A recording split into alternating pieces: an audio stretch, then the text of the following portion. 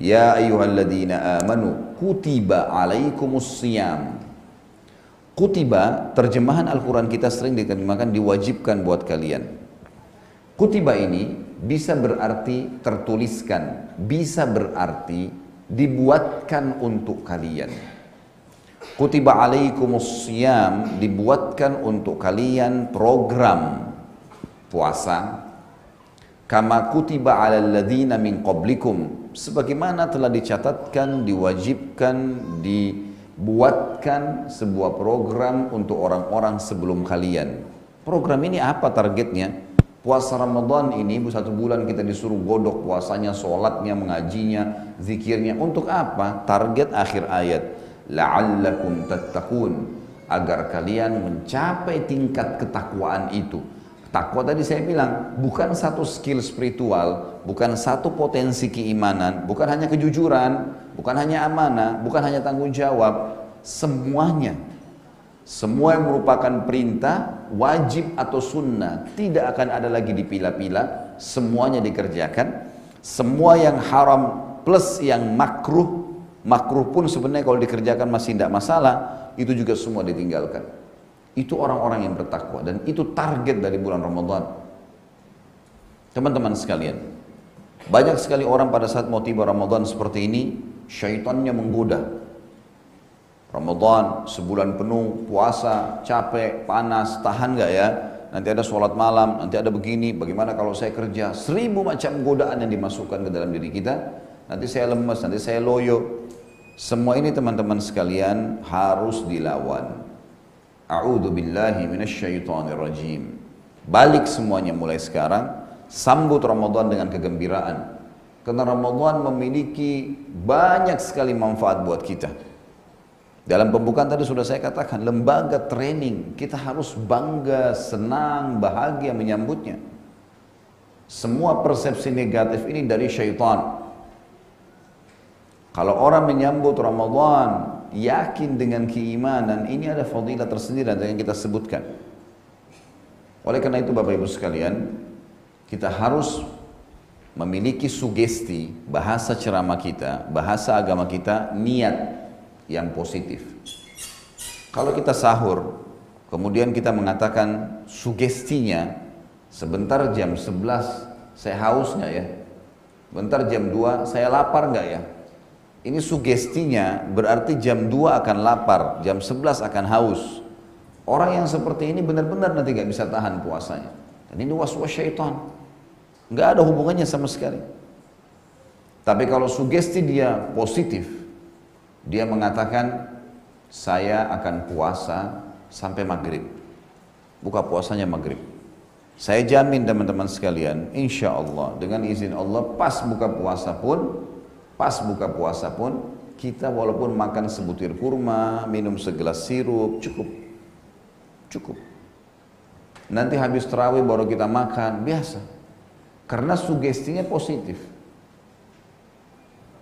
Banyak orang subhanallah pada saat sahur sampai seperti orang yang sudah tidak karena ketakutan haus tadi was-was syaitan ini, sampai minum 10 gelas air. Perutnya sampai kembung karena khawatir haus. Apa hubungannya dia minum 10 gelas air dengan nanti jam 11 pagi? Gak ada hubungannya sama sekali. Tenggorokan itu akan bisa kering dalam hitungan 5-10 menit walaupun minum 10 gelas. Kalau cuacanya panas ya tetap saja kering. Jadi yang penting di sini sugesti. Ada orang juga pada saat mau buka puasa, Masya Allah, warna merah, warna biru, warna hijau, makanan dikumpul semua. Seperti orang yang mau balas dendam. Apa ini? Untuk apa gitu? Jadi apa manfaatnya kita puasa tadi? Coba belajar untuk bisa menjadi orang yang terbiasa mengontrol hawa nafsu, malah pelampiasan. Sampai sunnah Nabi SAW Bapak Ibu sekalian, makan kurma sehaus apapun. Kata Nabi SAW, sebaik-baik makanan sahur, kurma. Sebaik-baik makanan buka puasa, kurma. Kurma itu buah yang kecil. Saya yakin kita makan 5 butir kurma sudah kenyang gitu kan. Itu yang disuruh, bukan disuruh kita habisin 2 piring, 5 piring. Banyak orang salah paham dan ini was-was syaitan. Bukan tidak boleh makan yang enak pada saat buka puasa, bukan. Tapi jangan berlebihan. Hanya karena sugesti yang salah. Kita padahal buka puasa, Bapak Ibu saya yakin punya pengalaman pada saat beli macam-macam, ternyata yang bisa dimakan cuma 1-2 macam. Banyak yang tidak habis gitu. Ini untuk apa? Nggak ada gunanya sama sekali. Lain nanti kalau kita masuk ke poin-poin program Ramadan yang sebentar lagi saya jelaskan. Puasa juga dari sisi lain, bulan Ramadan ini ada statement para dokter-dokter non-muslim. Termasuk sekarang saya tidak terlintas nama-nama mereka, tapi saya pernah baca dan itu statement yang sangat fair. Jujur mereka mengatakan umat Islam umat tersehat di dunia karena mereka punya 1 minggu 2 hari proses puasa, Senin dan Kamis, dan puasa ini akan menetralisir seluruh makanan, minuman yang diikuti dengan bakteri-bakterinya pun ya, yang sudah 5 hari mereka pakai ususnya untuk mengelola makanan dan seterusnya, ini disterilkan kembali dengan 2 hari puasa. Mereka punya sebulan sekali ada 3 hari puasa Iyamul Bid 13, 14, 15. Mereka punya setahun sekali sebulan. Dan puasa ini artinya menetralkan makanan. Kita kalau terbiasa puasa nanti sudah tidak seperti sekarang kalau lagi tidak puasa. Kita bisa mengontrol makanan. Makan sedikit, udah kenyang, udah cukup. Karena memang seakan-akan usus kita itu kembali kepada asalnya yang memang dasarnya tidak perlu ya diberikan makanan yang banyak sehingga dia capek sebenarnya, tanda kutip kalau manusia kita itu capek mengelola. Saya duduk sama salah satu dokter senior di Indonesia, itu sangat tua, Masya Allah, umurnya sekitar 80 tahun. Lalu dia bicara sama saya, sumber penyakit manusia itu di makanan dan minuman, terutama di malam hari. Sampai mereka naik di atas ranjang, mereka masih bawa makanannya. Oh, ya. Sampai di atas ranjang masih makan, padahal sebenarnya nggak boleh lagi makan itu. Malam itu adalah pembaharuan, orang kalau tidur, manusia tidur, pembaharuan sel-selnya kembali.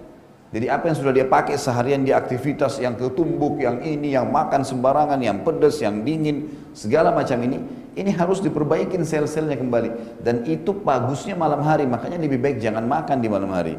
Kecuali dia bilang sesuatu yang bisa diserap gampang, cairan, buah-buahan. Kita enggak, makannya malam karbohidrat, nasi banyak, plus goreng lagi. Orang-orang teman-teman di Saudi itu kaget kalau tahu nasi goreng. Nasi kamu goreng, kaget dia. Pisang digoreng, semua harus ada minyaknya, gitu. Kaget mereka, pisang ya akhi, pisang dimakan manis ya. Di Indonesia memang kita goreng gitu. Harus semua. Malam, jam 12 malam cari nasi goreng, kan gitu. Kan jadi masalah itu. Ya.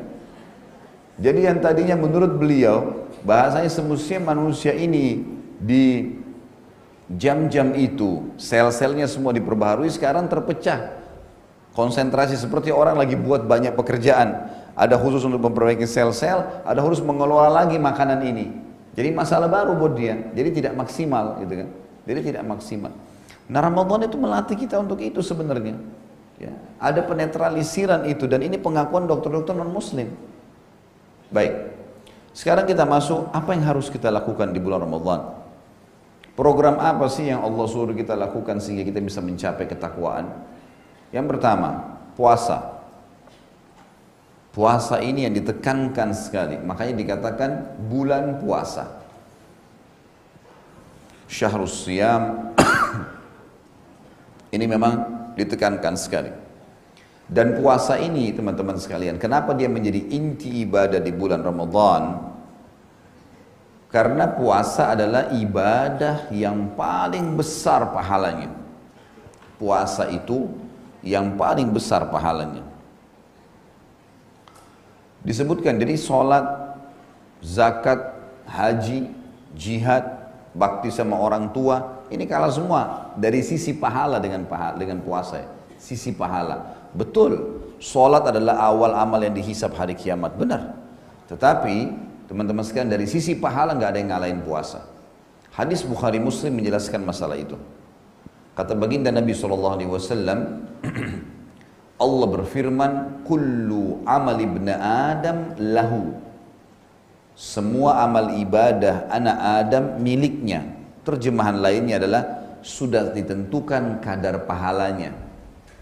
Al-hasanatu bi asyri amthaliha ila sab'amiyya di'fin ila adha'afin katsira. Satu pahala amal mereka, kalau mereka lebih konsentrasi, lebih khusyuk, ya, lebih ikhlas, maka satu pahala bisa menjadi sampai 10 kali lipat, bahkan 700 kali lipat. Yaqulullahu ta'ala, Allah lalu berfirman juga, illa siyam fa innahu li wa ana ajzi bihi. Kecuali puasa, karena dia milikku dan aku akan balas langsung. Jadi hadis ini jelas menerangkan kepada kita kalau puasa adalah ibadah yang paling besar pahalanya. Karena tadi sudah dikatakan kullu amal, semua ibadah dia kecuali puasa. Puasa memang sangat besar. Apa sebabnya? Kata Allah SWT, taraka syahwatahu wa ta'amahu wa syarabahu min ajli. Dia meninggalkan syahwatnya, makanannya, minumannya karena aku, kata Allah. Lis-shaimi farhatan, untuk orang yang puasa, kata Allah, aku siapkan 2 kegembiraan. Farhatun inda fitri, kegembiraan pada saat dia sedang berpuasa, berbuka puasa karena hausnya hilang. Wa farhatun inda liqa'i rabbih, dan kegembiraan pada saat dia bertemu dengan Tuhannya. Wala khalufu famus shaim atyabu indallahi min rihil misk, dan bau mulutnya orang yang sedang puasa lebih wangi di sisi Allah daripada bau kasturi. Ini di sisi Allah ya. Jangan salah faham, nanti kemudian bau mulutnya Ramadan tiup-tiupin ke orang, nah, wangi ini. Karena Allah, Nabi bilang kalau itu lebih wangi dari bau kasturi. Ditanya di mana Ka'bah, di Mekah, bisa pingsan orang nanti ya. Bukan itu yang dimaksud. Allah menilai kalau mulutnya itu karena tidak makan, tidak minum, di sisi Allah dinilai lebih wangi dari bau kasturi. Ada sebagian ulama yang mengatakan yang dimaksud adalah Allah Azza wa Jalla akan memberikan kelebihan orang-orang yang berpuasa di hari kiamat nanti di surga. Setiap ngomong maka akan keluar bau yang lebih wangi dari kasturi. Itu yang dimaksud sisi makna yang lain.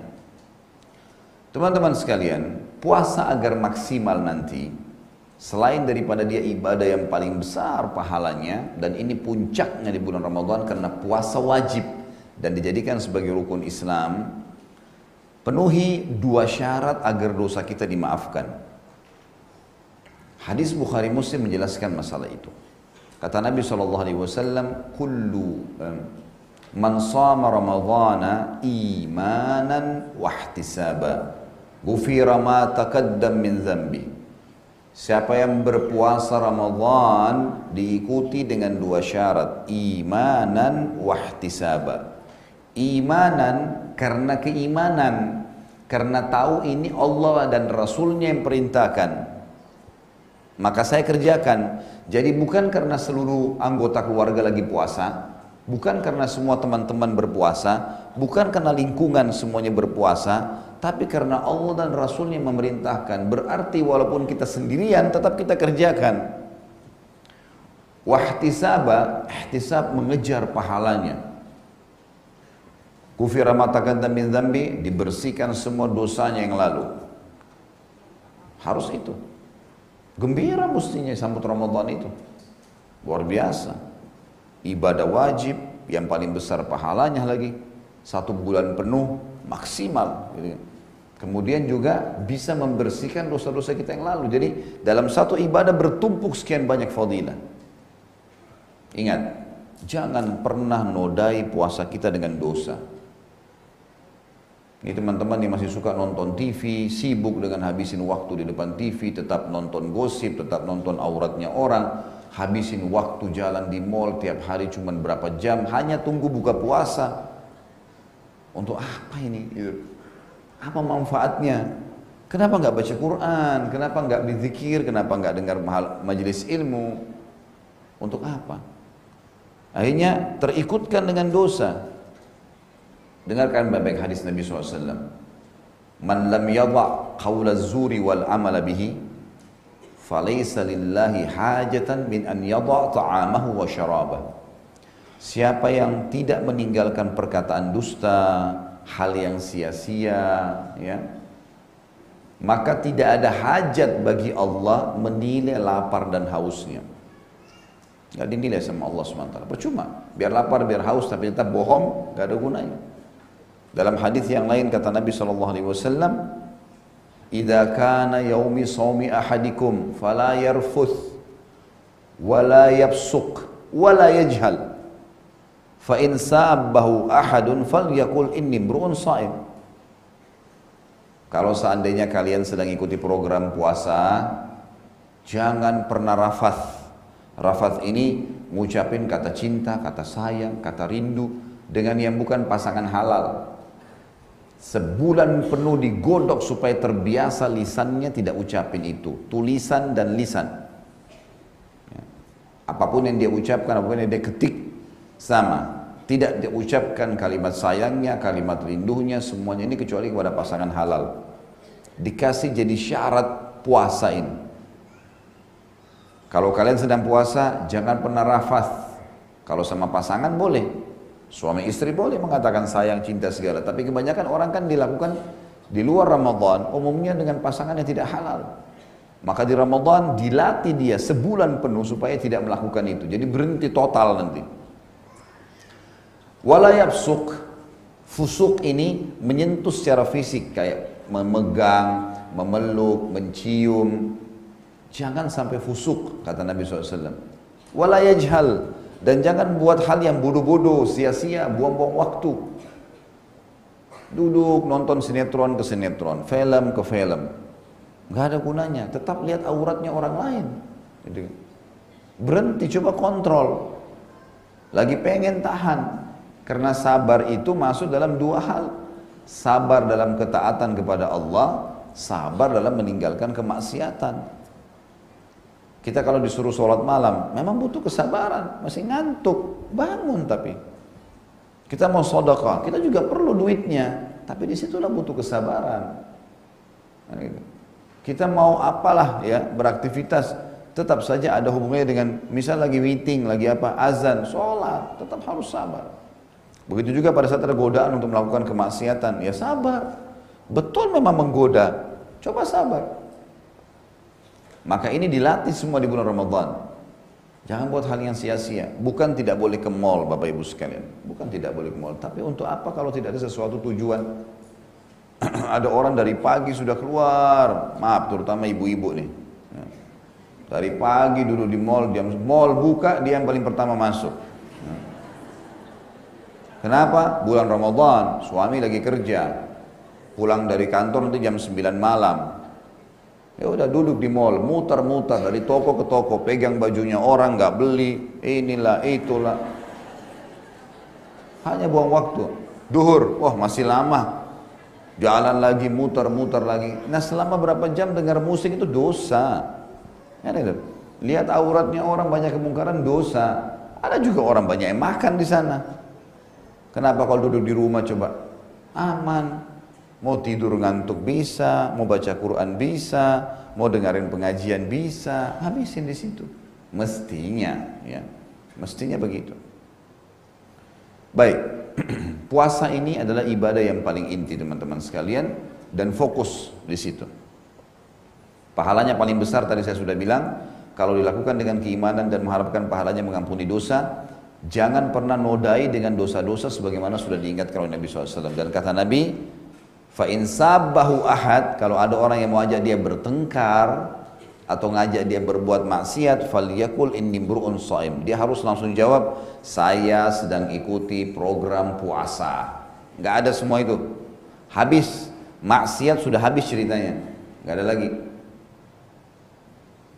Kalau akan tiba Ramadan ini, baginda Nabi SAW, teman-teman sekalian, selalu senyum, gembira, terlihat dari raut wajah beliau SAW, lalu mengumpulkan sahabat lalu berkata, hai manusia, telah tiba pada kalian sekarang bulan yang penuh dengan berkah, Berkah ini teman-teman, berkah makanannya, berkah minumannya, berkah waktunya, berkah pendapatannya, diberkahi semua sama Allah.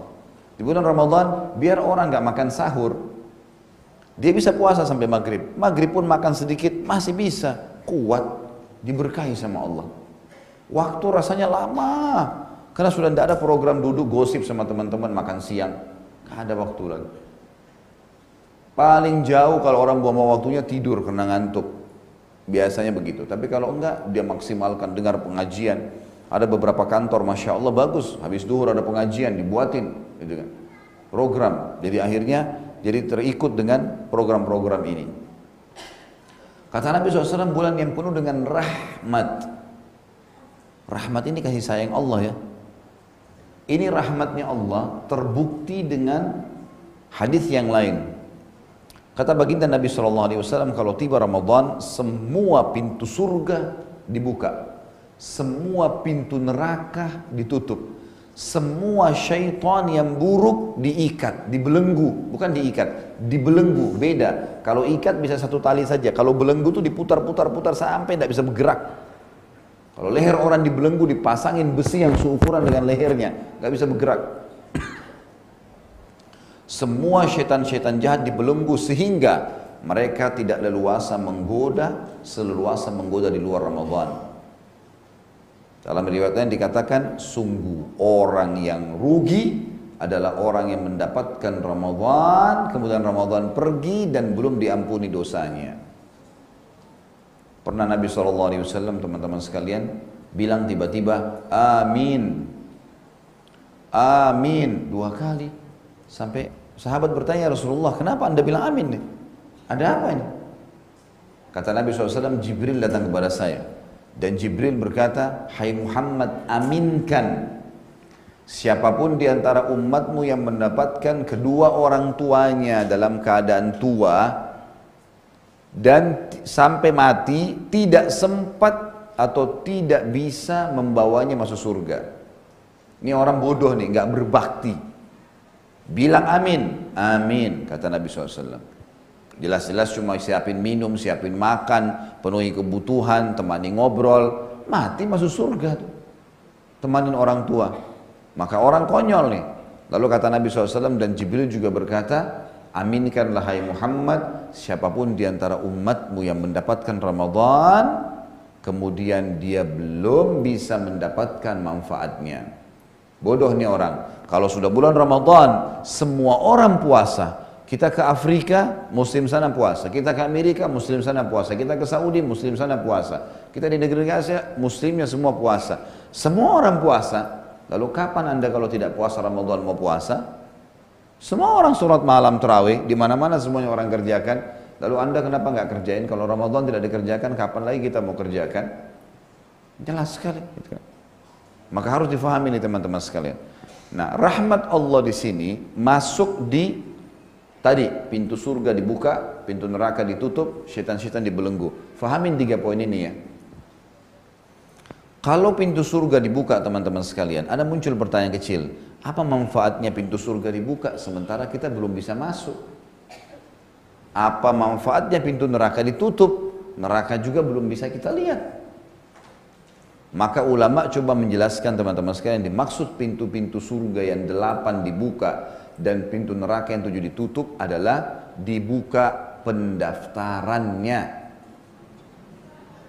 Kalau ada orang mau kerja di perusahaan, dari tanggal 1 Januari sampai 31 Januari dibuka pendaftaran. Siapapun yang bawa kertas berkas diterima jadi pegawai.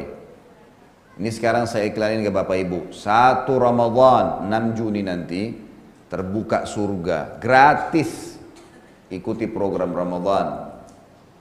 Maka dibuka tuh, bawa berkas-berkasnya yang benar, maka diterima dan ditutup semua pintu neraka. Maksudnya tidak ada pendaftaran di neraka, tutup neraka itu biar orang buat salah nggak masuk neraka.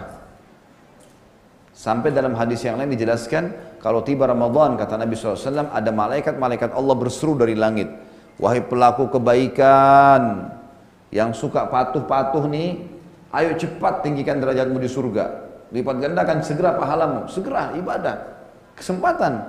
pintu surga lagi dibuka. Dan wahai pelaku keburukan, berhenti, segera berhenti, kesempatan. Neraka lagi ditutup.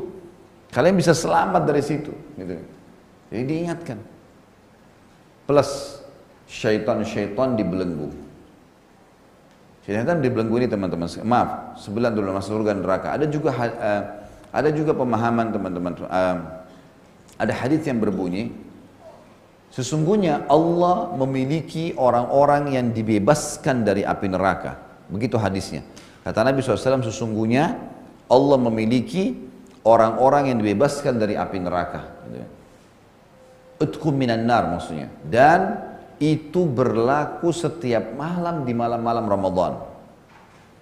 Jadi ulama menjelaskan kepada kita, setiap orang di antara kita sekarang punya tempat di surga dan punya tempat di neraka. Kalau dia meninggal dalam keadaan beriman dan beramal saleh, dia masuk surga, dia langsung menikmati tempatnya. Tapi kalau dia fasik, muslim tapi banyak dosanya, harus masuk neraka dulu, dia tempati tempatnya di neraka tuh. Disiksa di tempat dia. Nanti selesai baru dia masuk ke surga. Kalau orang kafir, tempatnya di surga dikasih orang-orang beriman, tempat dia di neraka dia pakai selamanya.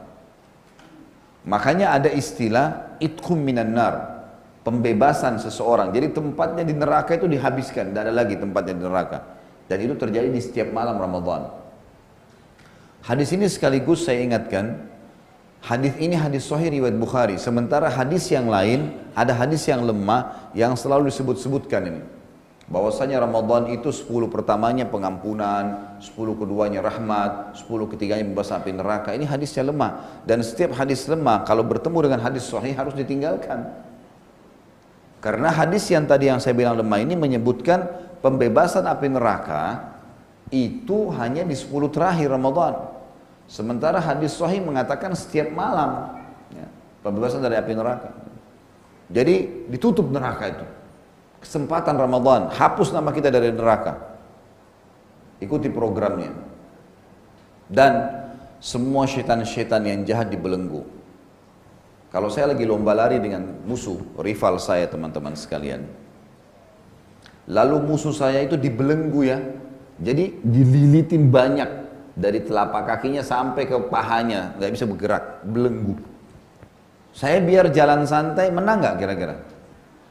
Hah? Masih hidup gak ini?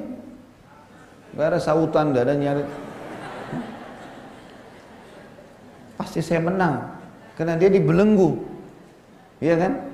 Jadi santai aja jalan bisa. Itu Ramadan. Karena syaitan yang selama ini sesatkan manusia, diikat, gak bisa buat apa-apa. Kita biar jalan santai, tetap menang. Ada orang bodohnya, ya. Maaf kalau ada yang pas kena ini, anggaplah diri anda begitu ya. Saya tidak tahu siapa yang seperti ini, tapi kalau ada orang banyak bodoh teman-teman sekalian, begitu tiba Idul Fitri, lisannya bilang Alhamdulillah. Tapi Alhamdulillahnya ini salah tempat. Bukan Alhamdulillah saya siap jalankan program setelah sebulan digodok biasa puasa untuk puasa. Bukan saya setiap hari sudah salat tarawih berarti saya sekarang harus jaga salat malam. Bukan karena sudah sering baca Quran sekarang tinggal terapin baca Quran. Bukan. Alhamdulillah kena lepas dari penjara ibadah. Nah, Alhamdulillah nggak puasa lagi. Alhamdulillah nggak lagi salat tarawih. Alhamdulillah nggak lagi mengaji. Alhamdulillah sudah boleh maksiat lagi. Nah, kembali lagi pacaran, kembali lagi buat ini, kembali lagi buat macam-macam. Ini tahmidnya salah tempat ini. Ya. Pujian kepada Allahnya salah tempat di sini. Mestinya orang kalau belajar mengemudi mobil seminggu saja sudah pintar. Kalau sebulan itu sudah super pintar sebenarnya. Masa sebulan digodok biasa ibadah setelah itu nggak pernah lagi sama sekali. Tadi bawa mobil, setelah pintar bawa mobil nggak pernah nyetir mobil. Bermanfaatkah kursusnya? Panggil seorang profesor ahli bahasa Arab, ahli bahasa Inggris, bayar sebulan penuh belajar. Setelah itu nggak pernah praktekin bahasanya. Bermanfaatkah? Seperti itulah banyak orang. Nah, teman-teman sekalian, kita sebenarnya sudah dekat dengan garis finish itu. Ini kematian. Sudah dekat. Ramadan itu membuat apa? Kita seperti sedang punya, kalau di mobil itu ada mesin jet turbo, yang kita kalau Ramadan itu dipencet, itu kencang sekali larinya. Musuh kita ini ketinggal jauh, syaitan ini dibelenggu, diikat, nggak bisa jalan. Ada orang begitu tiba Idul Fitri, Garis finish sudah depan mata nih, dia berhenti, nunggu musuhnya yang baru dilepas. Paham gak ini? Gak paham juga? Gak paham juga, mesti dicambuk. Jadi dia sudah, Ramadan sudah jauh sekali dia. Bayangkan ya, jarak antara kita sama syaitan perjalanan 1 bulan. Jadi kalau syaitan masih di Jakarta, kita sudah di Surabaya tuh. Kalau jalan kaki. Ya. Jauhnya, jaraknya jauh. Kita sudah dekat garis finish nih. Ini kita tinggal terus gasnya, mati, udah aman sebenarnya. Karena sudah terbiasa dengan pola ibadah ini. Tapi begitu selesai Idul Fitri, syaitan kan sudah dilepas lagi. Nah syaitannya ini ngejar, berusaha mengejar. Dia nggak bisa ngejar kalau orang itu nggak matiin mesin jetnya tadi. Terus saja dia jalan sampai dia mati, sampai garis finish gitu. Ada orang nggak, mesin jetnya dimatiin, dia nunggu ngopi di situ sampai syaitannya datang lagi. Nah, syaitannya lumbahin dia akhirnya, gitu kan? Akhirnya kembali lagi kepada kemaksiatan, pelanggaran-pelanggaran karena syaitannya sudah dekat sama dia. Makanya setelah Ramadan itu mestinya kita luar biasa. Karena syaitannya lagi dibelenggu. Sudah difahami nih ya? Alhamdulillah. Anggaplah faham. Apa boleh buat? Kalau nggak faham pun nggak mungkin saya ulang-ulangi terus. Yang jelas di sini Bapak Ibu sekalian, hadis Nabi SAW tadi mengatakan telah tiba kepada kalian bulan Ramadan, bulan yang penuh dengan berkah, rahmat, gitu kan? Rahmatnya sudah saya jelaskan tadi. Karena pintu surga dibuka, pintu neraka tutup dan syaitan dibelenggu. Allah yang maha mulia dan maha tinggi melihat persaingan kalian di bulan Ramadan itu dan membanggakan kalian di depan para malaikatnya. Maka tunjukkan yang terbaik untuk Allah. Kalau biasa sedekah 10.000, 1 juta, 100.000 harus meningkat. Kalau dulu baca Quran cuma berapa lembar harus mengkhatamnya, lebih baik dari sebelumnya. Kalau dulu sholat masih sering telat, ini sudah tidak ada telatnya lagi Ramadan. Terus dia maksimalkan. Sesungguhnya orang yang rugi adalah orang yang celaka, orang yang bodoh, orang yang telah mendapatkan Ramadan kemudian pergi dan tidak mendapatkan manfaat. Jadi hadis Nabi SAW jelas. Amal ibadah yang kedua, program yang kedua adalah sholat tarawih. Sholat tarawih, sholat malam, ya, sholat tahajud, ya, sholat tarawih, qiyam Ramadan, qiyamul lail, sholat tahajud sama saja. Sama saja ini. Istilah saja yang berbeda-beda. Tarawih artinya santai. Artinya santai. Kenapa? Karena kita setelah sholat ba'diyah isya, udah bisa langsung sholat malam. Itu. Kalau di hari-hari selain Ramadan, kita dianjurkan kerjakan di akhir malam atau tidur dulu lebih afdal, gitu kan? Kalau Ramadan enggak, memang lebih afdal habis sholat ba'diyah isya langsung sholat. Karena Nabi SAW praktekin itu. Dalam sebuah riwayat yang sahih disebutkan Nabi SAW besok memasuki Ramadan beliau sholat habis ba'diyah isya sholat dan ada beberapa sahabat yang ikut bersama beliau. Lalu tersebar besok awal Ramadan tersebar berita kalau Nabi SAW semalam sholat malamnya dimajukan, sholatnya sampai 11 rakaat, berarti sholat malam. Maka besok hari pertama Ramadan, malam kedua tarawih, para sahabat ngumpul semua di masjid Nabi. Nabi SAW tidak keluar sampai azan subuh. Akhirnya pas azan subuh Nabi SAW keluar, kemudian mengimami mereka sholat, habis subuh Nabi SAW khutbah. Setelah tahmid dan salawat untuk beliau SAW, beliau mengatakan, saya tahu semalam kalian nunggu saya. Dan saya sengaja tidak keluar. Karena kalau saya keluar mengimami kalian lagi seperti kemarin, maka ini menjadi wajib buat kalian. Artinya silahkan kerjakan, tapi jangan saya terlibat. Karena penentuan hukum ada di tangannya Nabi SAW. Bisa jadi wajib. Artinya silahkan kerjain. Nah, itulah yang menyebabkan kenapa Umar bin Khattab mengerjakan secara berjamaah. Karena Rasulullah SAW pernah praktekin, tidak melarang sahabat ikut gitu. Baik. Sholat tarawih yang dikatakan santai tadi karena kita bisa kerjakan habis ba'diyah isya. Dan ini hikmah yang paling utama kata ulama agar minimal di setiap buku amalnya seorang muslim, di setiap buku amalnya seorang muslim tercatat sholat malam setahun sekali. Minimal itu. Dengan adanya tarawih, orang yang malas sholat tahajud dalam 11 bulan, nggak pernah tahajud sama sekali, maka dengan adanya tarawih, kesempatan di buku amalnya tercatat itu. Pernah sholat tahajud walaupun cuma sekali sebulan, walaupun cuma sekali setahun gitu. Dalam Ramadan itu. Itu hikmah yang paling utama. Karena sholat malam adalah sholat yang paling afdal setelah sholat 5 waktu. Gitu kan? Kata Nabi SAW, afdalus sholati ba'dal maktubah, sholatul qiyam. Jadi ini penting sekali teman-teman sekalian. Maka jangan sia-siakan ini. Sholat tarawih, mau 11 rakaat atau 23 rakaat, tidak ada masalah.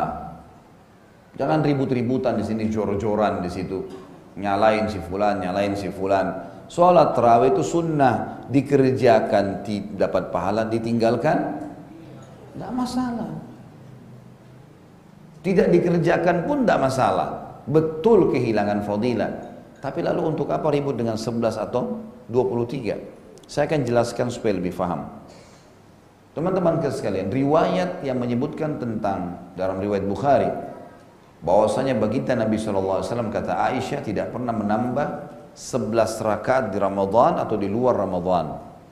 Kan riwayatnya begitu. Maka ada pendapat ulama yang saya bahasakan, pendapat pertama mengatakan berarti sholat malam sepanjang hidup kita hanya 11 rakaat, tidak boleh lebih. Karena Aisyah menceritakan seperti itu. Radhiyallahu anha bahwasanya Nabi SAW tidak pernah lebih di Ramadan atau di Ramadan sholat lebih dari 11 rakaat. Ini pendapat pertama. Pendapat kedua mengatakan tidak, lebih daripada itu. Itu jumlah bukan dipatok karena Ummul Mukminin Aisyah radhiyallahu anha menceritakan tentang pengalaman dia yang dia tahu pada saat Nabi SAW lagi nginap di rumahnya.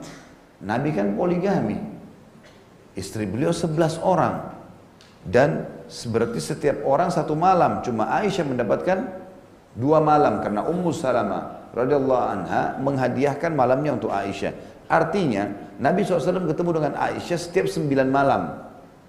Per 9 malam. 9 malam baru nginap lagi, 9 malam baru nginap lagi. Aisyah menceritakan malam yang Nabi sedang ada. Karena sholat tahajud ini sholatnya dikerjakan kapan? Malam hari. Berarti ceritanya tentang malam hari. Aisyah menceritakan tentang malam mabitnya Nabi pada beliau. Umar bin Khattab adalah sahabat Nabi yang tegas sekali dengan bid'ah. Nggak main-main itu. Dan jangan lupa, salah satu daripada anaknya Umar juga Ummul Mukminin Hafsah radhiyallahu anha. Waktu Umar bin Khattab di zaman khilafahnya beliau melihat orang lagi di Masjid Nabawi berserakan, di sana ada yang duduk, di sana ada yang sholat, di sana ada yang sholat. Umar lihat ini jadi fitnah nanti nih. Masing-masing sholat sendiri-sendiri, karena sholat malam sholat sendiri-sendiri aja. Maka sama Umar digabungin. Kalau Rasulullah pernah sholat, kemudian orang lain ikut, dibiarin oleh Nabi SAW. Sholat berjamaah. Dan perlu digarisbawahi ya, perilaku Umar bin Khattab bin Anhu ini sangat kuat karena 2 hal. Pertama, ijma'nya sahabat. Karena waktu Umar bin Khattab kerjakan, tidak ada satu sahabat pun yang menegur itu. Dan itu menandakan ijma', kesepakatan. Dan kesepakatan sahabat ini adalah sesuatu yang paling kuat. Mereka sudah sepakat dengan itu. Nggak ada yang selisih dengan Umar radhiyallahu anhu. Kalau salah pasti ada yang negur. Sahabat itu tidak melihat siapa orang ini, kalau salah dia langsung tegur. Enggak, Rasulullah bilang begini loh. Umar bin Khattab pun biasa diingatkan oleh para sahabat yang lain kalau memang ada sesuatu yang ya Nabi SAW mereka tahu melarang atau memerintahkannya. Tapi ini enggak, ijma'. Semua sepakat. Yang kedua, ada hadis. Alaikum bisunnati wa sunnatul khulafa rasyidin mahdina min ba'di. Berpegang pada sunnahku dan sunnah khulafa rasyidin setelahku. Dan Umar termasuk salah satu dari 4 khulafa rasyidin. Gitu kan? Dan juga kata ulama pendapat kedua ini, Umar bin Khattab bukan mustahil berpegang pada hadis juga yang sahih riwayat Bukhari, qiyamul lail mathna. Salat malam itu 2 rakaat, 2 rakaat. Maknanya tidak ada batasnya. Selain makna utamanya adalah maksudnya 2 rakaat lebih afdal salam, 2 rakaat lebih afdal salam, begitu. Ya. Tapi juga maknanya adalah tidak ada batas. Maka Umar bin Khattab mengerjakan 23 rakaat. Dan sekarang di Saudi tidak ada perselisihan. Lihat Masjid Haram Mekah dan Masjid Nabawi di Madinah. Berapa rakaat mereka sholat? Hah? Mana suaranya ini? Senyap, hilang. Belum tiba Ramadan. 23 rakaat. Mekah sama Madinah sampai sekarang, dan fatwa ulama sudah jelas masalah itu. Boleh 2 rakaat pun boleh, 11 rakaat boleh. Jangan salahin orang yang 23. Karena sudah jelas fatwa ulama dan jelas pendapat ini. Saudi pun menerapkan Mekah dan Madinah sholatnya 23 memang. Dan biarin aja gitu kan. Bahkan fatwa ulama di Saudi sekarang membolehkan, pernah ditanya ke beberapa masyayikh, khusus 10 terakhir Ramadan. Kan di 10 terakhir Ramadan kalau kita lagi umroh atau kita lagi di Mekah, Bapak Ibu kalau lagi umroh di akhir Ramadan, maka program di Saudi itu, di 2 masjid besar ini, Masjid Haram Mekah dan Masjid Nabawi di Madinah yang menunjukkan rujukan umat Islam, itu mereka sholat tarawih 20 rakaat, tapi khusus 10 terakhir witirnya nggak ada. Witirnya ditunda di sholat malam di atas jam 12 malam. Ada lagi sholat malam 8 rakaat plus 3 witir. Jadi kalau digabung 31 rakaat. Pernah ditanya kepada para masyayikh, boleh nggak saya ikut tarawih yang 20 rakaat plus saya ikut lagi yang 11 rakaat malam? Jawabannya serentak, boleh, silahkan. Karena ada hadis Nabi, qiyamul lail masna masna, sholat malam 2 rakaat, 2 rakaat, selama mampu silahkan kerjakan. Gitu. Ini sudah fatwa umum. Maka teman-teman sekalian kita harus pahamin masalah ini. Jangan berselisih dengan hal-hal yang tidak perlu di sini ya. Hormatin masing-masing. Kalau ada yang mau mengatakan berubah pada pendapat pertama, hak dia. Jangan salahin orang yang pada pendapat kedua.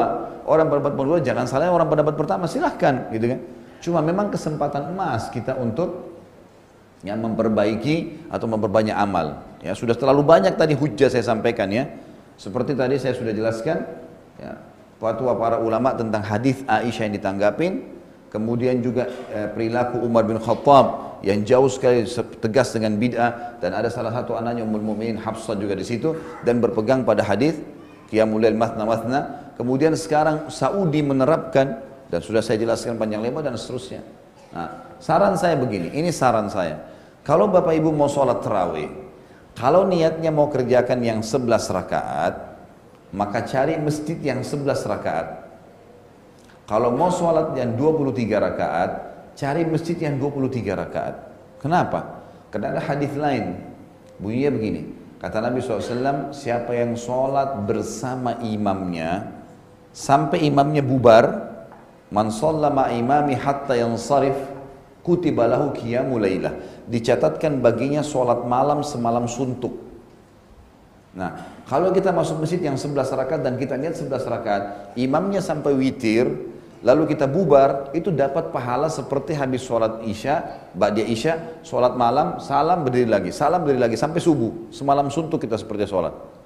Tapi syaratnya harus sama imam bubar. Jadi kalau imamnya 23 kita bubar 11 rakaat, kita nggak dapat fadilah ini. Faham maksudnya? Ya. Tentu boleh, bukan tidak boleh. Sekali lagi ya, saya sudah pakai bahasa Indonesia yang jelas. Ya. Boleh kalau imamnya 23, kita 11 boleh, bukan tidak boleh. 2 rakaat pun boleh. Enggak sholat pun enggak berdosa, gitu loh. Ya. Jadi jangan dibesar-besarin. Tapi kita mau kejar, kalau mau kejar fadilah dapat pahala semalam suntuk sholat, memang sampai imamnya bubar. Artinya selesai sholat. Bubar ini bukan berarti dia keluar dari masjid ya. Sudah enggak sholat lagi. Udah witir 11 rakaat, kita juga 11 rakaat, dia sudah salam, kita berdiri. Itu dapat pahala semalam suntuk. 23 juga, gitu kan. Ini kadang-kadang jadi fitnah di beberapa masjid. Yang mau sholat 11 ikut berjamaah sama 23, begitu selesai buat jamaah di belakang. Sholat lagi di situ, di sini juga depan sholat. Ini amin, itu amin.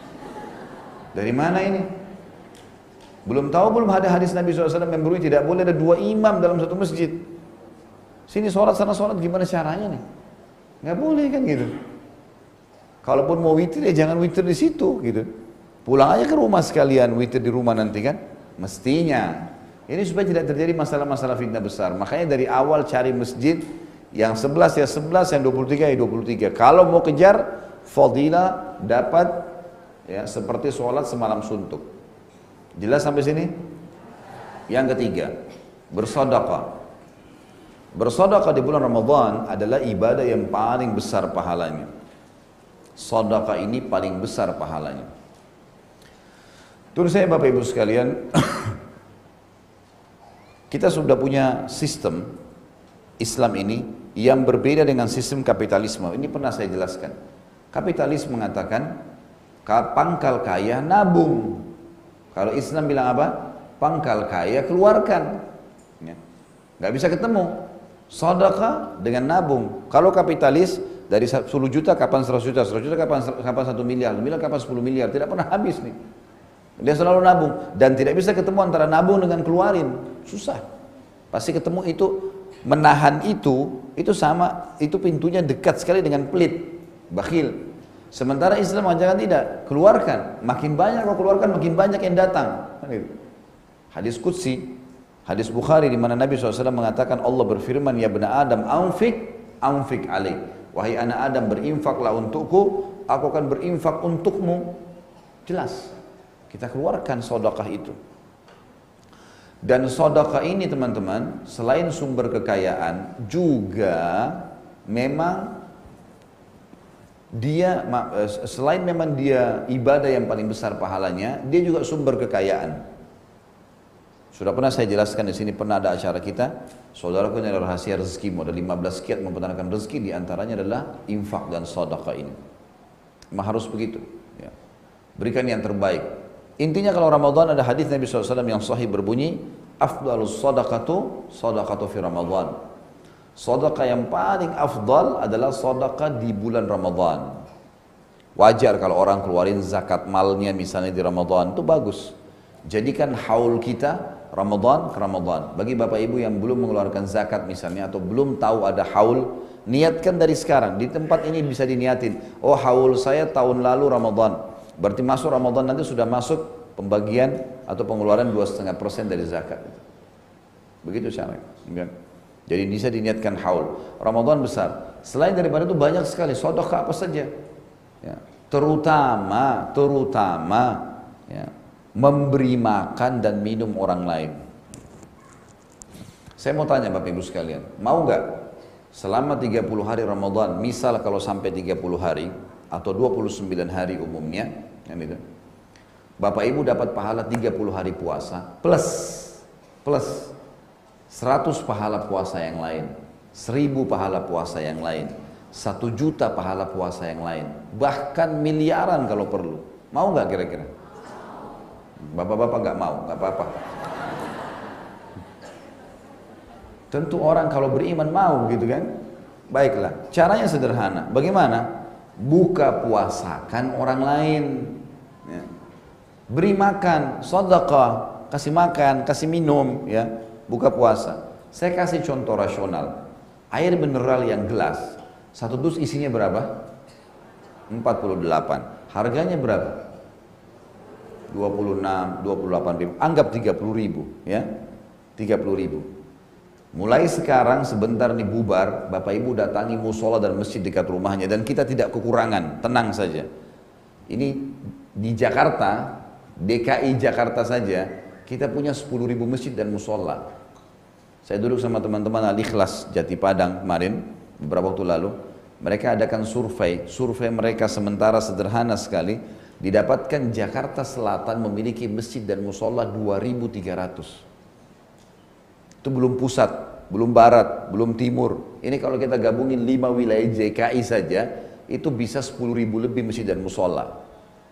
Sampai kita mau habisin semua tabungan pun bisa cukup. Beli air mineral, pulang sebentar, booking. Pak, datangi marbotnya. Khusus air buka puasa dari saya ya. 1 dus isi 48 gelas. Kalau hari pertama Ramadan orang buka puasa 48, hari itu kita punya 49 pahala puasa. Plus kita 1. Kalau kali 1 bulan, anggaplah kita tambah 2 gelas lagi misalnya, jadi 50 gelas ya. Berarti 50 orang buka puasa 1 hari. Itu dengan 30.000 rupiah. Baik, kalau kali 1 bulan 900.000 rupiah. Kan gitu.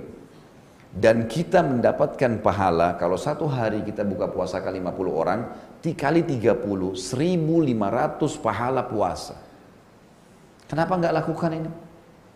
Sederhana sekali. Ramadan nanti di mobil sama di motor Bapak Ibu sekalian bawa air mineral banyak-banyak. Begitu azan, pas lagi macet, penuh tuh umat Islam butuh buka puasa. Orang banyak pikirannya bagaimana cari keuntungan, dagang. Bukannya kejar pahalanya, kasih gratis tuh. Kesempatan, banyak orang di jalanan itu. Saya pernah satu waktu pulang dari pengajian, subhanallah mau kejar untuk buka puasa di tempat saya. Tidak keburu, di tengah jalan saya lihat subhanallah orang motor setengah mati, macet, buka puasa, belum polusinya, belum pada satu musim panas luar biasa. Akhirnya mereka mampir cuma beli apa, air mineral di sebelah. Padahal itu kesempatan, saya melihat ini tidak kurang dari berapa ratus motor yang antri di situ karena macet, belum mobil. Kita bisa bagi-bagiin. Gitu kan? Ini harus bisa dikerjakan. Kurma misalnya, sunnah Nabi SAW kurma. Di yayasan saya buat program setiap Ramadan tebar 1000 dus kurma. Gitu kan? Satu dus kurma isi 10 kilo. Ini bisa Bapak Ibu contohin, mau ikut sama saya juga silahkan nantinya. Kalau enggak juga bisa dicontohin, beli kurma yang 10 kilo, bawa ke masjid dekat rumah. Pengalaman kami selama ini, tahun-tahun yang lalu, 10 kilo kurma itu kalau yang buka puasa 50 orang dan masing-masing dapat 3 butir kurma, ini cukup seminggu. Cukup seminggu 10 kilo, itu cukup untuk seminggu, berarti kita punya 4 dus. Kalau satu dus sekitar 500 ribu, berarti memang ini kenanya sekitar 2 juta rupiah gitu kan. Tapi juga sama, ini lebih besar lagi pahalanya, walaupun memang lebih besar sedekah uangnya, karena memang kurma adalah perintah Nabi SAW. Walaupun lagi haus, kurma yang dianjurkan. Ringkas cerita teman-teman, maksimalkan sedekah itu, selain zakat mal, selain juga nanti ada zakat fitrah, makanan pokok di Idul Fitri, tapi selama Ramadan maksimalkan buka puasakan orang. Saya mau bagi pengalaman saya waktu tahun 1990 pertama ke Madinah teman-teman. Pada saat itu saya turun, jadi ada bus kampus kami ngantar habis asar ke Masjid Nabawi, nanti habis tarawih dijemput lagi gitu. Saya pergi sama beberapa teman-teman orang Indonesia, turun dari bus, begitu menuju ke Masjid Nabawi, saya lihat bukan cuma puluhan, ada ratusan orang, banyak sekali, itu mereka berdempetan satu sama yang lain, membelakangi Masjid Nabawi. Saya begitu turun, saya berpikir sambil melihat mereka, ini orang-orang ngapain nih? Kalau nunggu temannya, kok banyak sekali? Dan mereka tuh seperti orang yang membuat pagar betis, banyak. Saya begitu mendekat, kok kayak nggak dikasih jalan ya? Saya mau lewat di antara pundak mereka, semuanya mau ke masjid nih. Belum banyak pengalaman, itu hari pertama Ramadan. Ternyata waktu saya lewat, memang tidak dikasih jalan. Kemudian saya dipeluk sama dia. Ada satu orang situ, teman-teman Indonesia ini semua dipeluk sama yang sebelah-sebelah sana. Saya dapat jawaban untuk kuping saya dibisikin. Dia bilang, akhi, saudaraku, tolong buka puasa di tempat saya. Dia nggak kenal saya loh ini. Nggak kenal. Dia minta tolong buka puasa tempat saya. Ternyata di Masjid Nabawi itu, setiap saf itu diberikan kesempatan, Masjid Nabawi kasih kesempatan, tapi ada syarat-syarat jaga kebersihan, segala peraturan-peraturan, taruh sufra itu plastik, kemudian ditaburin kurma, taruh roti, taruh yogurt, taruh pisang, segala macam hal. Si ayah atau si kakak lagi pasang itu di dalam, si anak dan si adik cari mangsa di luar. Kalau saya sudah iya, tangan saya dipegang, dibawa sampai ke sufrahnya dia, di plastik dia, duduk. Terus dia bilang, ini ya, silakan di sini. Jangan ke situ ya. Yang sebelah ini ada saingannya, jangan ke situ. Karena ada juga orang kadang-kadang duduk, dia lihat di sebelah ada pisang, di sini nggak ada, pindah ke situ. Makanya mereka kadang-kadang bersaing, taruh pisang, taruh jus, taruh macam-macam. Ada juga orang yang pindah, jangan pindah ya. Kamu kalau seandainya datang besok ke Masjid Nabawi, tidak temu saya, sudah tahu tempat saya kesini ya. Saking maunya cari pahala, saya sampai netes air mata gitu, subhanallah. Orang mau cari pahala luar biasa, kan gitu. Coba kita bandingkan dengan Indonesia coba. Ya? Ini yang ketawa-ketawa tahu diri ya. Pak RT sudah kasih jadwal, Pak A, Ibu B, ini semua malam kesekian ya, malam kesekian buka puasa. Tiba giliran masih bertanya, sudah tiba giliran saya, kayak kaget dia kenapa tiba gilirannya. Kan aneh ini. Kesempatan dapat pahala. Mulai sekarang tidak pakai giliran, Pak nggak usah, saya semua yang pakai nih.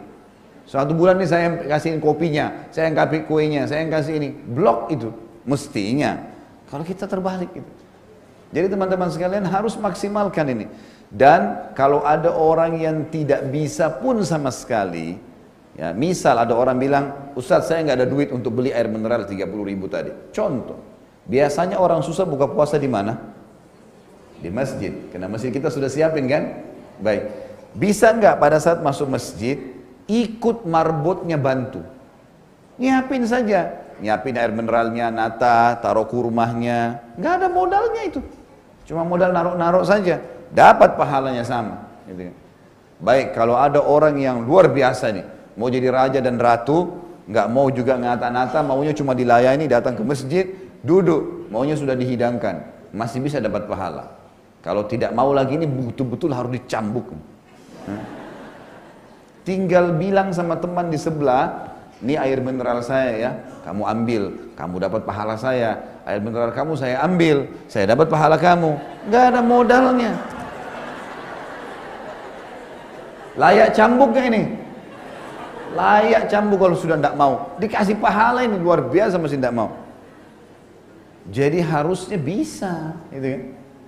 Saya subhanallah pernah pengalaman di Saudi pernah. Waktu itu saya umroh sama ayah saya berdua saja. Jadi ambil visa di kedutaan tapi tidak ikut travel. Jadi hotel segala semua kita urus sendiri. Saya cuma berdua sama ayah saya. Biasa Ramadan saya begitu. Fokuslah ibadah. Subhanallah saya pas karena kita tidak ikut travel jadi pakai bus lokal. Bus lokal ini rupanya ada juga orang-orang lokal di dalam situ. Saya duduk di sebelah saya ada tentara dari Dammam, orang Saudi. Di sebelah saya ada orang Mesir sama istrinya. Entah dia profesinya apa nggak tahu. Ayah saya duduk di depan saya gitu. Baik, pada saat itu yang bawa busnya kebetulan orang kita, orang Indonesia. Saya datangin, Pak, ini bus ini ada dua macam. Ada bus yang kalau nggak salah 50 rial pada saat itu dan ada bus 80 rial. Yang 80 rial ini agak eksklusif, lebih eksklusif dan juga disiapin buka puasa. Kebetulan kami naik yang 80 rial itu. Saya bilang sama bapak yang bawa busnya, Pak, nanti mana sih buka puasanya? Oh di sini mas, ini ada kulkasnya, ada ditarik sama dia. Ini air mineralnya di sini. Di belakang ada kurma, ada roti sudah disiapin di raknya. Oke, bapak bawa aja busnya. Nanti berhenti pada saat azan, biar saya bantu pak. Baiklah. Saya ambillah air mineral itu. Ini satu bus ini penuh, sekitar 50 orang gitu ya. Maka saya ambil air mineral itu, saya ambil kue-kuenya, ambil kurmanya, terus kemudian saya tata, terus saya kasihin satu-satu gitu. Anehnya pada saat itu Bapak Ibu sekalian, tidak ada satu orang pun berdiri ikut bantu saya. Sudah selesai saya bagiin satu bus semua, cuma bilang jazakallah khair, jazakallah khair. Alhamdulillah, saya udah bagiin, saya dapat doa lagi gitu kan. Begitu saya duduk, ini orang yang tentara di sebelah saya bilang gini, Masya Allah, kalau orang Islam seperti ente semuanya, seperti kamu semua ini, gitu kan, berarti Islam itu akan disenangi. Saya lihat wajahnya tapi saya nggak ngomong. Saya bilang, lalu kamu dapat apa? Hah? Apa gunanya puji saya? Nggak ada yang saya butuhkan untuk pujian itu kok. Kamu kenapa nggak berdiri? Cuman ikut partisipasi. Di sebelah lagi ada orang Mesir yang bilang, Masya Allah, itu sudah panen pahala kita semua. Saya cuma senyum saja. Lalu kamu tadi buat apa? Kenapa nggak berdiri? Gitu kan? Mestinya berdiri. Waktu saya masih mahasiswa teman-teman sekalian, kadang-kadang memang beasiswa belum diterima. Gitu kan? Ramadan tiba. Gimana caranya cari pahala nih? Orang sudah berebut semua tempat. Maka yang saya lakukan waktu itu inisiatif sendiri, kan ada jek-jek zam-zam banyak di Masjid Nabawi ya. Saya duduk, kemudian saya ambil gelasnya, itu saya pencet-pencetin. Ada yang mau ambil air, saya kasih aja. Itu aja saya buat. Banyak akhirnya minta, udah tinggal saya ambilin air, tinggal kasih. Nggak ada ruginya, nggak ada susahnya. Dan pahalanya besar. Umar bin Khattab pernah membuka puasakan dari Allah anhu satu kota Madinah dengan air putih.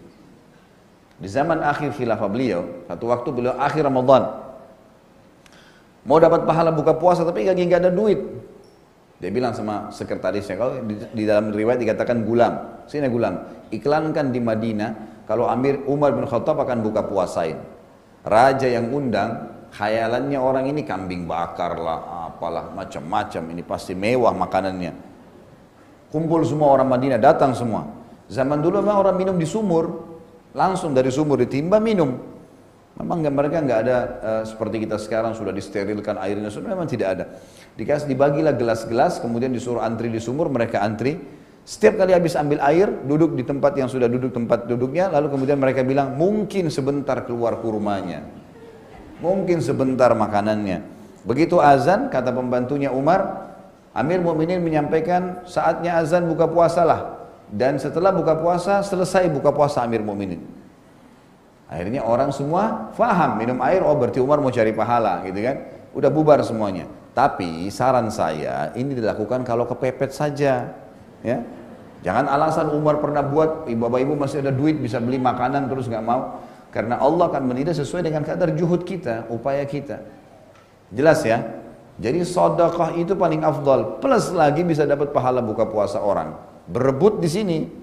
Nah, jangan sampai lewat Bapak Ibu sekalian. Buka puasakan orang lain. Ya. Selanjutnya membaca Al-Quran.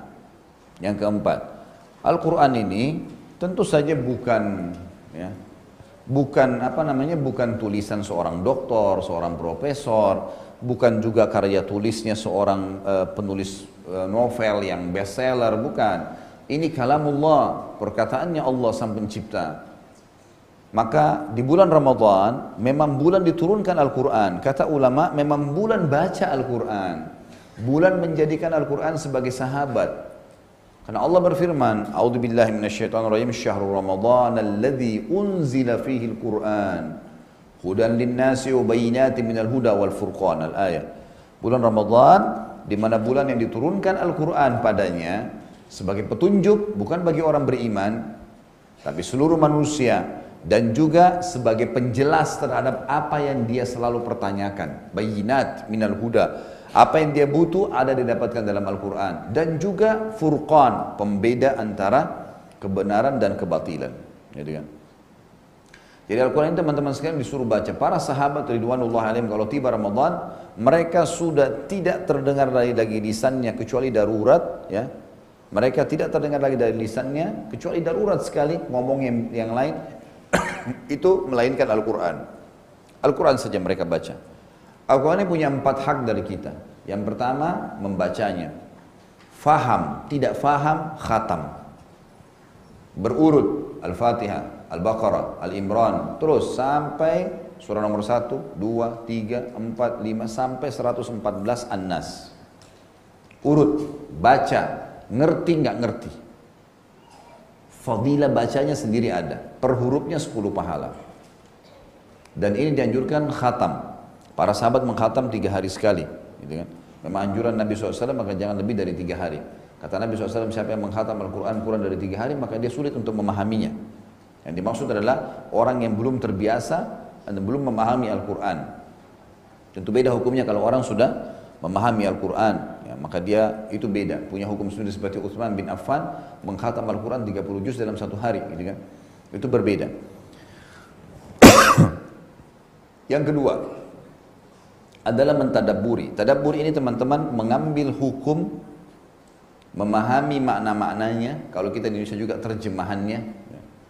Dan ini agak beda sedikit dengan membaca. Jadi mentadabburi ini tidak harus berurut, tidak harus dari Al-Fatihah, Al-Baqarah, Al-Imran dan seterusnya sampai An-Nas, tidak. Tapi kita bisa milih surah yang kita senang. Ini pernah saya titik beratkan di materi Minhajul Muslim kita. Kalau bapak-bapak misalnya mau baca surah tentang laki-laki, ada surah Ibrahim, surah Yunus, surah Yusuf, surah Muhammad, banyak. Ibu-ibu membaca surah perempuan ada surah An-Nisa, surah Maryam. Mau baca tentang hari kiamat ada surah Al-Qiyamah. Mau baca tentang malaikat Al-Ma'arij, Al-Buruj, ada banyak. Jadi mau baca tentang kisah Nabi-Nabi, Al-Anbiya. Mau baca tentang kisah-kisah sebelum kita ada Al-Qasas, ya.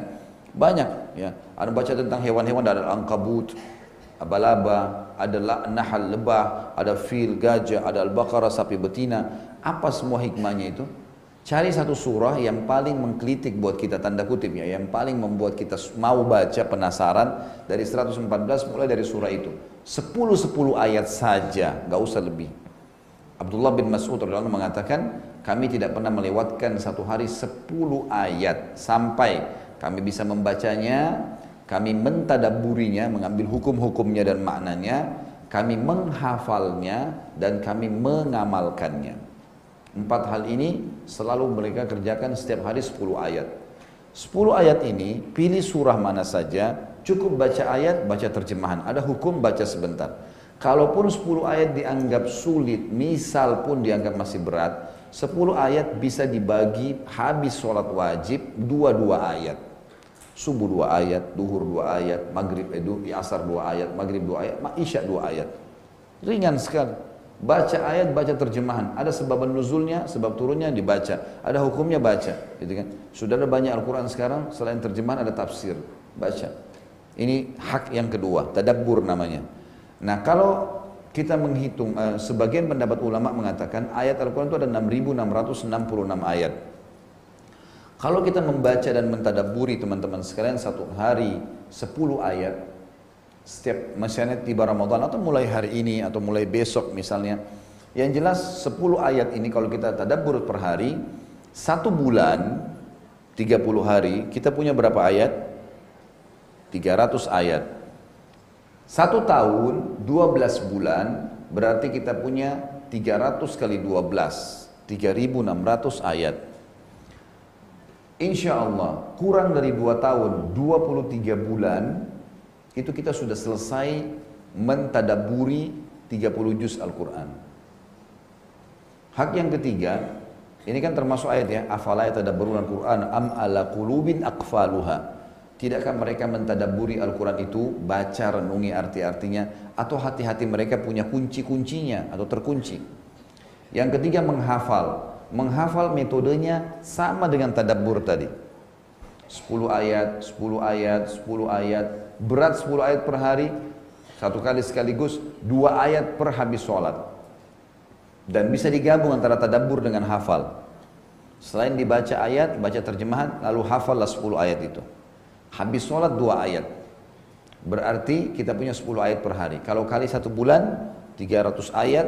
Kalau kita pilih surah-surah yang 30 ayat seperti Al-Mulk dan yang sejenisnya, maka berarti kita punya di Ramadan kalau 30 hari, satu hari 10 ayat dihafal, kita punya 10 surah baru, gitu kan?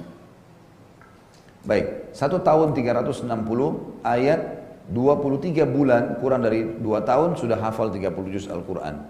Dan tidak usah terbawa dengan waswas syaitan. Nanti lupa, susah, itu syaitan semua. A'udzubillahi minasyaitonirrajim. Tidak ada orang hafal 30 juz, lupa 30 juz, enggak ada. Orang lupa 1 ayat, 2 ayat, penyambungnya, bukan. Imam Haram aja sudah hafal dari kecil, bisa lupa kadang-kadang diingatkan sama teman-temannya kalau lagi sholat. Padahal sudah tiap hari mereka muraja, ngulangin, wajar manusia lupa. Kan gitu. Tapi tidak ada orang lupa semuanya, maka ini kesempatan, bulan Ramadan kesempatan, bulan Al-Quran, gunakan untuk itu.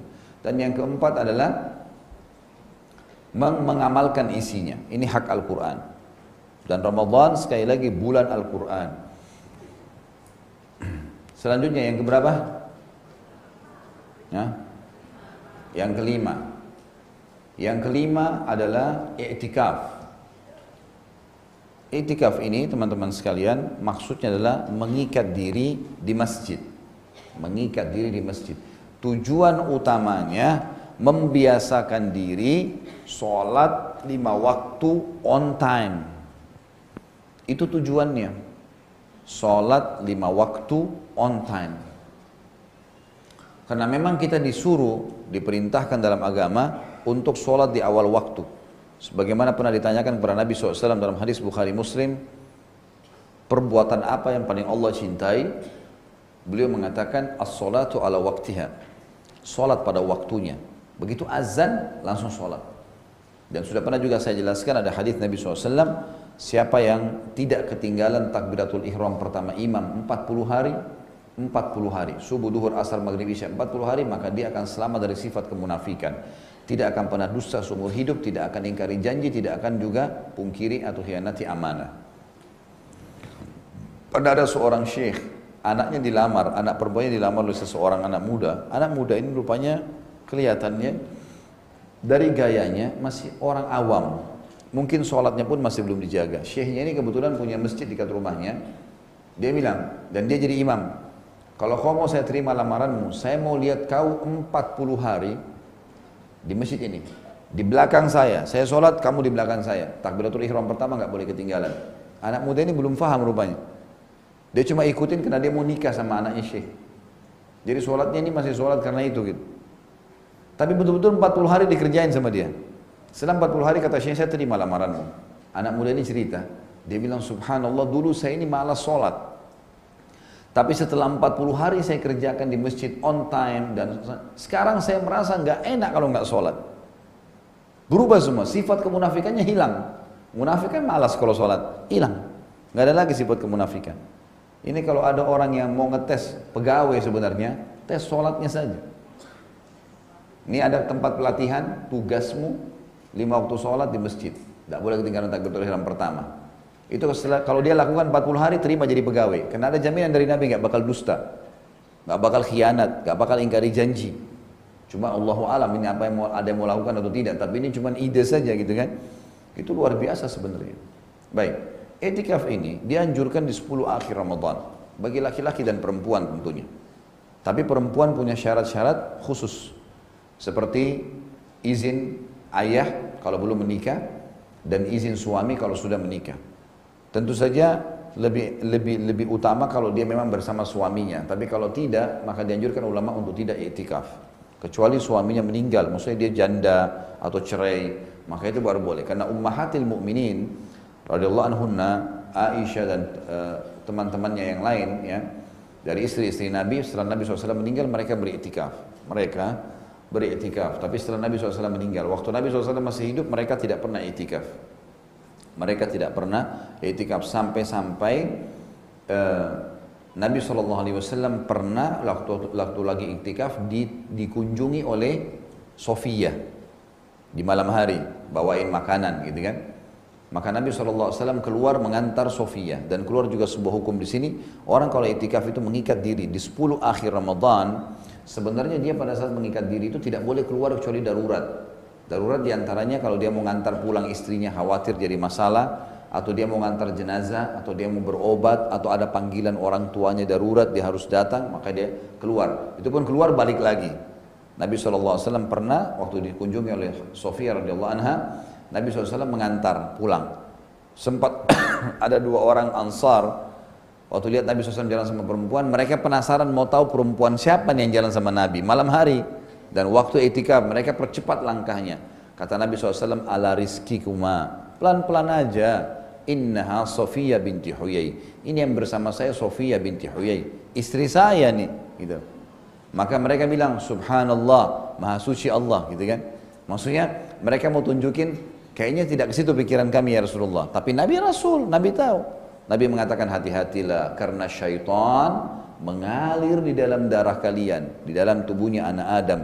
Seperti mengalirnya darah, bersamaan dengan darah. Jadi keluar hadis itu justru pada saat Nabi SAW lagi i'tikaf dan mengantar Sofia pulang. Nah i'tikaf ini teman-teman sekalian, yang paling afdal puasa ke-19 malam ke-20. Ya gitu.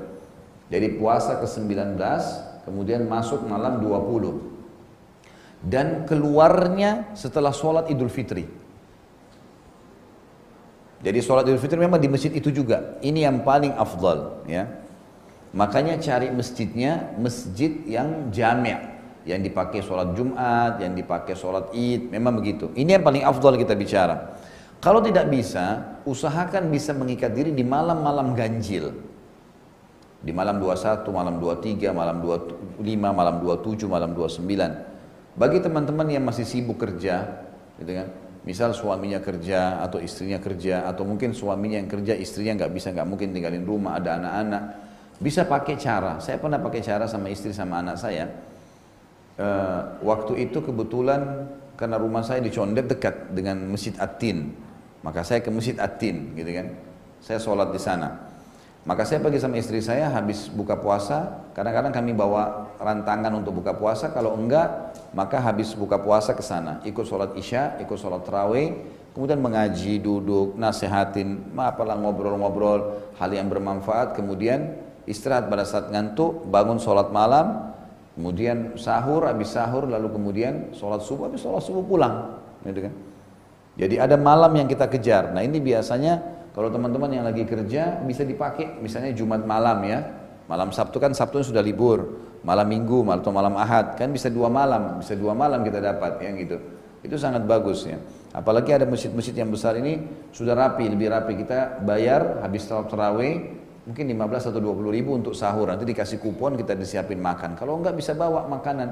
Dan orang bebas di masjid i'tikaf kan, bawa selimut, bisa baring di situ, bisa ngelompok keluarga-keluarga. Saya tuh duduk sama keluarga saya, sana ada keluarga, banyak keluarga kok, gitu kan. Artinya ada waktu yang kita luangkan untuk itu. Nabi SAW beritikaf 10 hari semuanya. Ya, 10 hari semuanya Nabi SAW beritikaf. Kalaupun ada pendapat ulama yang mengatakan itikaf itu yang paling sedikit adalah mengikat antara sholat ke sholat. Jadi misal maghrib ke isya, misal duhur ke asar, asal dia niatkan itikaf bisa dapat pahalanya, insya Allah, gitu kan. Tapi tentu ini berbeda pahala dengan orang yang memang nginap di masjid, karena targetnya memang 5 waktu sholat di masjid, nggak boleh keluar dari masjid kecuali memang darurat sekali, baru bisa keluar. Nah ini itikaf. Tujuan utama itikaf adalah mengejar Lailatul Qadar, mengejar Lailatul Qadar. Dan kita sudah tahu sama-sama Lailatul Qadar, qadar artinya takdir ya, sesuatu yang sedang ditakdirkan, karena memang di malam Lailatul Qadar itu adalah malam penentuan keputusan 1 tahun ke depan. Allah Subhanahu wa taala menyebutkan dalam surah Zukhruf, a'udzubillahi minasyaitonir rajim, inna anzalnahu fi lailatin mubarakah. Sesungguhnya kami turunkan Al-Quran itu pada malam yang penuh dengan berkah. Dan surah kita sudah tahu ayat yang masyhur ya, Lailatul Qadri khairum min alfi syahr. Lailatul Qadar lebih baik daripada 1000 bulan. Nah, yang perlu difahami di sini Bapak Ibu sekalian, 1000 bulan itu sama dengan 83 tahun plus 4 bulan. Artinya, kalau Bapak Ibu sempat ucapkan subhanallah saja, pas Lailatul Qadar, maka sama dengan mengucapkan subhanallah 1000 bulan atau 83 tahun plus 4 bulan. Allahu a'lam umur kita sampai situ atau tidak. Tapi yang jelas kita akan dapatkan pahala itu. Kalau kita sedekah sama sedekah 1000 bulan atau 83 plus 4 bulan. Kalau kita baca Quran sama dengan itu. Kalau kita apa saja ibadah yang kita kerjain dilipat gandakan 1000 bulan, gitu kan. Yang paling penting untuk dikejar adalah sholat malamnya.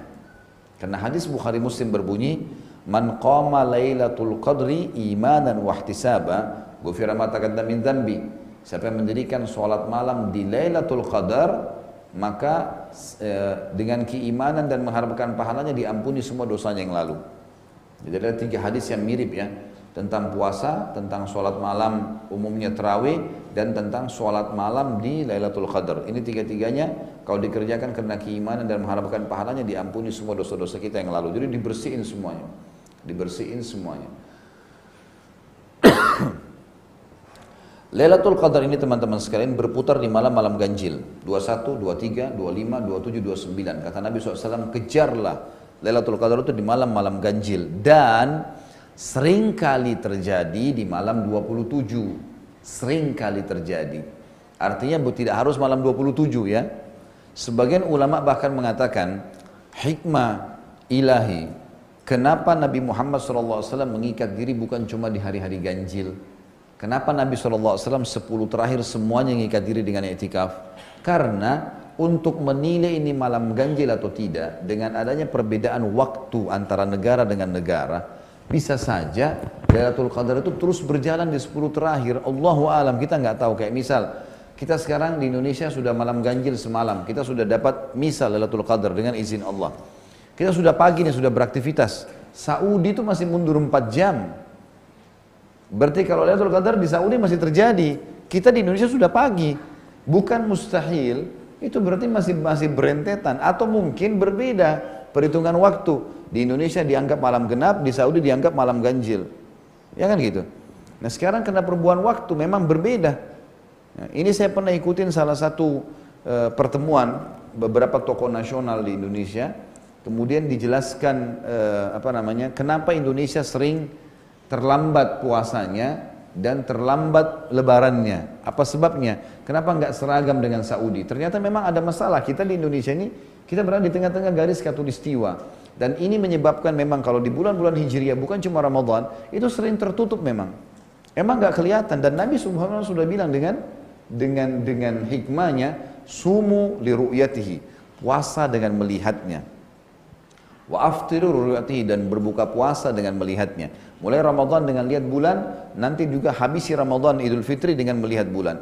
Fa in gumma alaikum, kalau tertutup buat kalian nggak bisa ngelihat, fa atimmus siyam ats-tsalatsin, maka genapkan puasa jadi 30. Yang penting puasanya 30 bukan 31. Ya. 30 tetap sah. Karena memang tertutup. Kan gitu.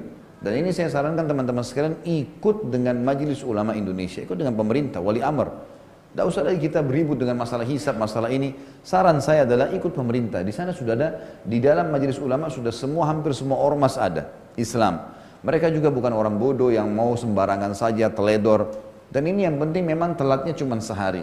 Apakah Sya'ban 29 atau 30? Hanya itu. Apakah Ramadan 29 atau 30? Kalau ada orang yang puasanya 28 misalnya, atau ada orang yang puasa 31 hari, nah ini yang kita tolak.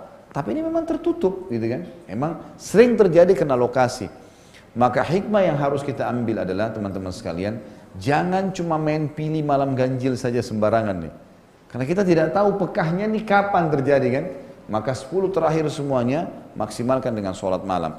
Dalam kan hadis Bukhari Muslim, Aisyah berkata radhiyallahu anha, kalau tiba 10 terakhir Ramadan, baginda Nabi SAW mengeraskan tali ikatan bajunya. Maksudnya lebih kuat lagi ibadah dan membangunkan semua istrinya untuk sholat malam. Hadis ini juga menyebutkan kalau Nabi SAW tidak setiap tahun i'tikaf, gitu kan? Karena memang beliau di sini disebutkan membangunkan istri-istrinya. Jadi Nabi SAW bukan berarti setiap malam keluar bangunin. Tapi memang di sini Nabi SAW berarti ada di mana Ramadan yang beliau tidak beriktikaf, ya, tapi beliau menggiatkan diri untuk bangun sholat malam. Nah, seperti itulah. Nah ini ibadah juga yang harus dijaga, harus dijaga. Yang keberapa sekarang? Yang keenam, umroh. Umroh di bulan Ramadan ini sangat ditekankan, sangat ditekankan. Umroh ini sudah pernah saya jelaskan di bahasan tentang saudaraku yang rahasia rezekimu. Umroh dan haji salah satu penyebab datangnya rezeki. Jadi jangan ragu untuk ngeluarin biaya umroh, gitu kan. Biaya umroh itu bagus sekali, biaya haji bagus sekali. Itu penyebab datangnya rezeki, itu sedekah yang sangat besar. Apalagi kalau di Ramadan, karena afdal sedekah di bulan Ramadan. Plus lagi umroh di Ramadan ini pahalanya sama dengan haji. Plus bersama Nabi Muhammad SAW. Dalam hadis sahih kata Nabi SAW, umratu fi Ramadan ta'dilu hujjah. Umrah di bulan Ramadan sama dengan haji pahalanya. Jadi umrah paling 2-3 jam selesai. Haji 6 hari baru selesai. Tapi bisa didapatkan pahala haji dengan umrah di bulan Ramadan. Khusus Ramadan nih. Dan plus lagi dalam riwayat lain, hujjatan ma'i. Sama dengan haji bersamaku kata Nabi. Ini fadilah tersendiri lagi. Maka dianjurkan untuk melakukan ini. Ya. Kata Nabi SAW, umrah dan haji yang dikerjakan secara berkesinambungan, terus menerus dari umrah ke umrah dan haji ke haji, akan menghilangkan kesusahan hidup dan kemiskinan, sebagaimana api menghilangkan karat dari besi. Jadi memang ini penyebab rezeki. Jadi kalau Bapak Ibu tanya saya, Ustaz saya punya uang 35 juta, 40 juta, saya umrah dulu atau saya buka usaha dulu, maka jawabannya umrah dulu. Di Masjid Haram nanti sana berdoa, nangis sama Allah, merengek, minta supaya dikasih rezeki, gitu kan. Beda kalau yang wajib ya, kayak bayar utang, ya, harus bayar utang dulu karena umrah sunnah, gitu kan. Tapi ini kalau kita bertemu antara buka usaha dengan umrah, maka umrah saja dulu, gitu kan. Sudah umrah lagi, gak ada masalah. Dan tidak ada batas seseorang mengerjakan sebuah ibadah, ya kalau memang saatnya secara syar'i boleh mengulanginya. Ya seperti misal dari umrah ke umrah, karena ada hadis Nabi SAW kan. Antara 5 waktu sholat, antara Jumat ke Jumat, antara umrah ke umrah, antara Ramadan ke Ramadan, berarti ada pengulangan tapi dengan waktu yang ditentukan oleh syariat, gitu kan. Pengampunan di antara keduanya selama ya dijauhi dosa-dosa besar. Maka umrah dikerjakan teman-teman sekalian ya.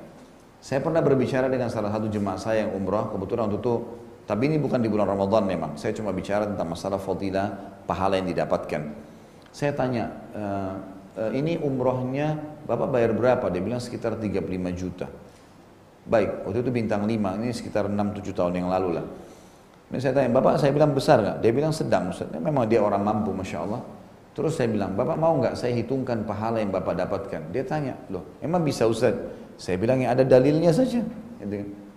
Baiklah, baik kita, Bapak sudah tahu belum hadis Nabi SAW yang berbunyi, sholat di Masjid Haram Mekah sama dengan 100.000 kali dibandingkan tempat lain? Dia bilang iya, sudah tahu Ustaz. Baik, 100.000 ini kalau kita ambil misalnya sholat wajib saja, subuh, duhur, asar, maghrib, isya, kan sehari cuma sekali. Anggaplah ini berarti sama dengan 100.000 hari. Kalau 100.000 hari dibagi jumlah hari 1 tahun, 365 hari, itu akan keluar angka 274. Yang berarti 274 tahun gitu kan. Kita mendapatkan pahalanya. Jadi satu kali sholat di Mekah sama dengan 274 tahun sholat di Indonesia. Baiklah, itu kalau sholat sendiri. Kalau sholat berjamaah, ada hadis yang berbunyi sholat kalian di rumah kalian dengan di pasar kalian dan dibandingkan masjid kalian berjamaah, maka perbandingan 25 kali lipat. Ini kalau kita kali 25, keluar angka 6.500. 6.500 tahun. Saya bilang, Mbak, 6.500 tahun dibagi 35 juta. Kelihatan nggak 35 jutanya? Dia bilang, enggak Ustaz. Baik, itu baru satu sholat. Bagaimana yang lainnya? Dan kita sudah dengan 35 juta, 40 juta, 50 juta pun kita keluarkan sedekah. Plus di Ramadan paling afdal. Plus sudah masuk makan, transportasinya, segala macam hal hotelnya, sudah masuk semuanya. Dan yang luar biasa, kita mendapatkan pahala yang berlipat-lipat ganda tadi. Karena sholat di Masjid Haram besar sekali pahalanya. Masjid Nabawi juga begitu 1000. Lalu kenapa tidak pergi? Saya tahu ada pengusaha di Jakarta ini, Masya Allah sampai sekarang masih hidup dan masih, saya dapat informasinya itu, kalau 1 bulan, dia 3 minggu di Jakarta, 1 minggu di Saudi, setiap bulan. Pasti umroh di akhir bulan, sama istrinya berdua, suami istri saja.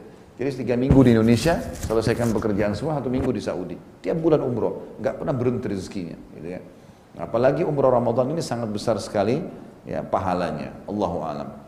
Dan bagi bapak ibu yang berminat untuk umroh, kalaupun mau ikut dengan umroh yang saya bimbing, saya berangkat insya Allah 22 Juni.